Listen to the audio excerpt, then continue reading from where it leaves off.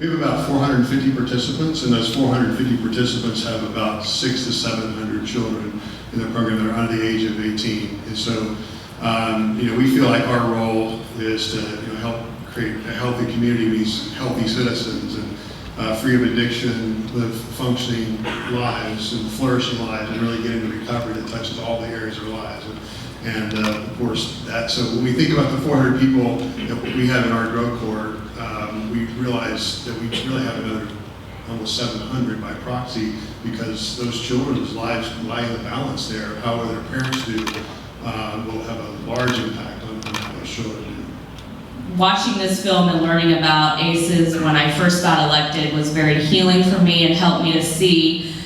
one, the ways that I can work through family dysfunction and childhood trauma and be a healthy, functioning adult, but also how I, as a leader in my community in Oklahoma City, but then also on a state level in the legislature, what public policy areas I can really focus on and have a true impact and find places of my pain and things that I had to overcome as a child, and how I can bring that healing to our state and to the children of Oklahoma.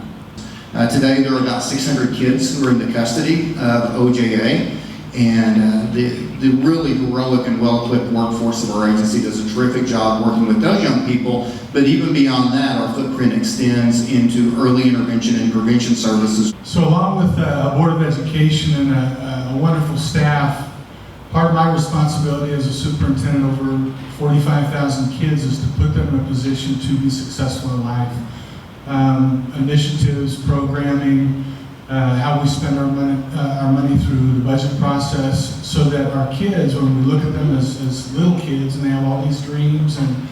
want to become X, Y, or Z, we can help them get there. And we can play our part in removing those obstacles that exist to keep us from getting there. Palomar is a one-stop shop that brings together the great agencies in our community into one convenient location to reduce barriers for victims of domestic violence, sexual assault, child abuse, elder abuse,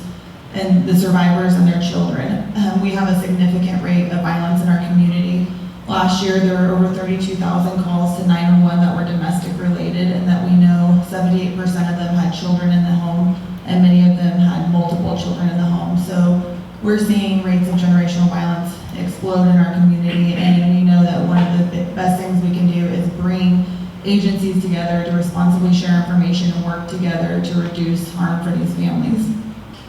Before I was the Child Welfare Services Director, I was a pediatrician providing medical services in a shelter where children would come who needed a foster home, but there weren't foster homes. And I remember when I was exposed to the Average Childhood Experiences Study, the very next day, talking with some children who had come there the night before and counting in my head what their ACE score was as they were just telling the story about their life. And realizing that that score was a 7 out of 10. And I was writing my medical note from that visit. The kids were all healthy, and so I was writing my medical note from that visit, and I wrote, "I have no concerns," which is doctor code for "you look fine today, you're not dying today," right? And I thought about that ACE score, and I thought, that's actually not the truth. I have a lot of concerns. And in my role currently as the Child Welfare Director, I'm fortunate to lead a team of 2,600 staff, as well as many, many partners in our agency and across agencies and across communities, in an effort to say, how can we not just be kind of the end user for the outcomes of people who've experienced ACEs, as child welfare often is, but actually how can we begin to think broader in terms of the way that we serve children and our families in our community.